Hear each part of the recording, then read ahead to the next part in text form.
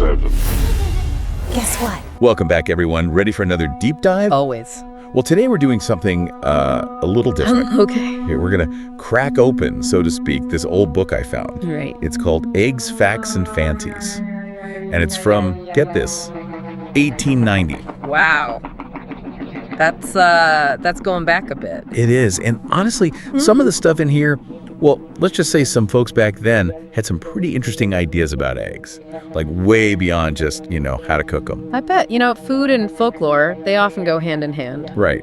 So I thought it'd be fun to, with your help, of course, sort of unpack some of this and see what we can learn. Sounds fascinating. I'm ready to dive in. What have you got? Well, first off, the mythology section, it's like, whoa. All these cultures, they had these creation myths about, get this, giant world-creating eggs. Oh, yeah. The cosmic egg, that's a pretty common motif, actually. It pops up all over the place. It does. Like the ancient Egyptians, they believed their god Neph, he was like the god of goodness and fertility. He created this egg and boom, out pops the sun god. Makes sense. Sun, egg, light, life, it's all connected, right? Exactly. But it's not just them. The Persians, too.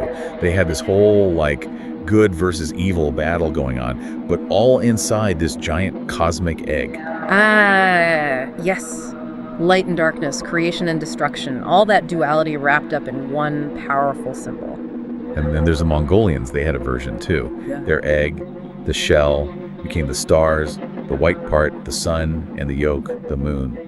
Pretty creative, huh? I love that imagery. It's like this beautiful way of explaining the universe. Right. It's like even though all these cultures had their own unique spin on it, the egg always represents beginnings and potential. Absolutely. The egg as this primordial source of life, it's a pretty universal concept. And it's not just limited to creation myths either. You're totally right. That whole rebirth, new life thing, it carries over to, spring festivals, like Easter. Of course. I mean, what better symbol for a holiday that celebrates, resurrection than an egg?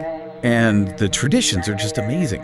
Did you know early Christians, they actually dyed eggs red for the blood of Christ? Powerful imagery. And over time, that tradition morphed into all sorts of different customs, different meanings. Yeah, elaborate egg decorations, fit for royalty, those Fabergé eggs the Russian czars love. Oh, yeah. Incredible works of art. And then you have your egg rolling contests, too. Those are fun. But get this, in some cultures, they had egg dances, trying to woo your future spouse by, not stepping on eggs while you dance. Talk about pressure. Mm-hmm. But it just shows you how deeply ingrained the egg was in, every aspect of life, right? Yeah. From the sacred to the, everyday. Totally.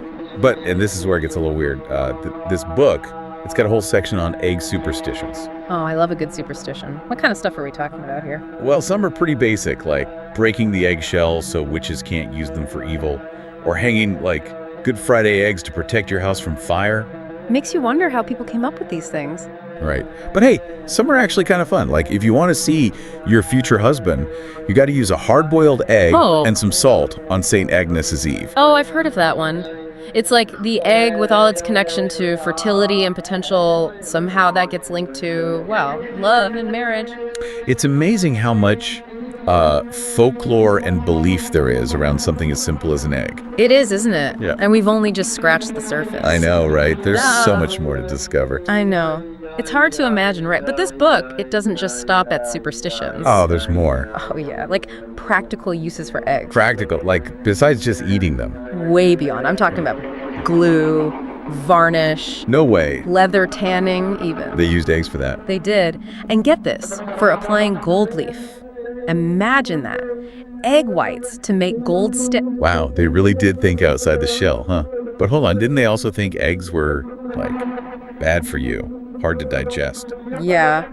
There's this idea that eggs were tough on the stomach. Kind of funny, right? When we think of them now as, this superfood. Totally. It just shows you how much, I guess science changes things. It does. But even back then, some folks were all about the egg diet. Mm-hmm. This book talks about John Erickson, this inventor. 2 poached eggs every morning. That was his thing. Huh. Maybe it's all about, how much you eat, Could be. And speaking of eating, we got to talk about the recipes. This book, it's got a whole bunch of them. Some classic, some, let's just say a little old-fashioned. Ooh, give me some examples. What were they whipping up back in the 1890s? Well, omelets were big, apparently. Omelets. Seems pretty basic. Not so fast. Yeah? Back then, they were a real test of your cooking skills. Even Napoleon, he was obsessed with omelets. No kidding. Yeah. And the variations, asparagus, oysters, even truffles, they put it all in there. Oysters in an omelet? That's a new one. Right. Talk about adventurous eating.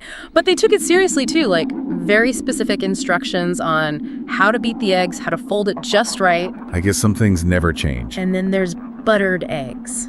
Buttered eggs, what's that? Sounds like an early version of scrambled eggs to me. And get this, even Shakespeare mentions it in his plays. So scrambled eggs, they're like literary. Apparently. But the real star of the show, it seems, was roasted eggs. Roasted, like in the oven. Yep. Even Alexander Pope, he was a fan. There's this quote, "The vulgar boil, the learned roast an egg." So roasting was like the fancy way to cook them. Seems like it. Maybe because, stoves weren't as common back then. Makes sense. Okay, but what about Scotch eggs? Those are pretty classic. Yo, absolutely. Hard-boiled egg, wrapped in sausage, breaded, and fried. Pure comfort food. Delicious. But hold on, this book, it actually has instructions on how to eat a boiled egg. Seriously. Right. Like, there's a right way to do it. But hey, table manners, they were a big deal back then. I guess so. And speaking of doing things the right way, there's this whole thing about which end of the egg to crack. They even had like a fictional war over it. Oh, yeah. In Lilliput.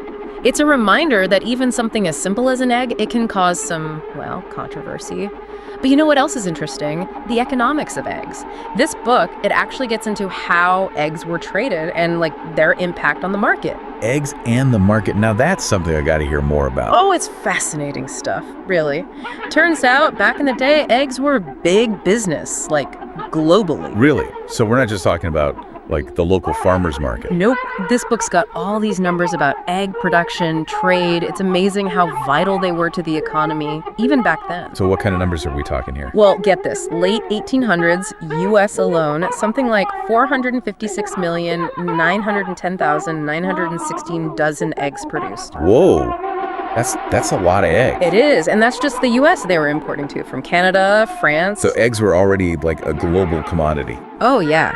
Big cities, Paris, Berlin, they were gobbling up hundreds of millions of eggs a year. Wow.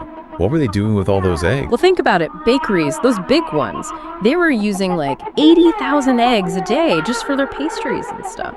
That's crazy. It really put things in perspective, we think of go to the supermarket. It's just there. Yeah. But back then, it was a whole system, right? And people were thinking about the economics of it too. The book actually quotes this British politician, William Gladstone. He believed egg production, it could boost the whole economy. Interesting. What did he say? He said something like, focus on those everyday comforts, even luxuries, make those things plentiful, and the market, it'll open right up. Pretty smart guy. He was. It's he saw the potential, right? Even in something as basic as an egg. It's amazing when you really think about it. This whole deep dive, I never realized how much there was to, eggs, the history, the mythology, even the economics. It's true. They're kind of a microcosm of, everything, aren't they? Yeah, they really are. So I guess the next time I crack an egg, I'm going to be thinking about, all of this, the stories, the traditions, it's all connected. Me too. It's a whole new appreciation, Absolutely. And hey, if any of you out there listening, if you've got any cool egg facts or stories, share them with us. We'd love to hear them. And that's it for our Eggstravaganza. Thanks for joining us, everyone.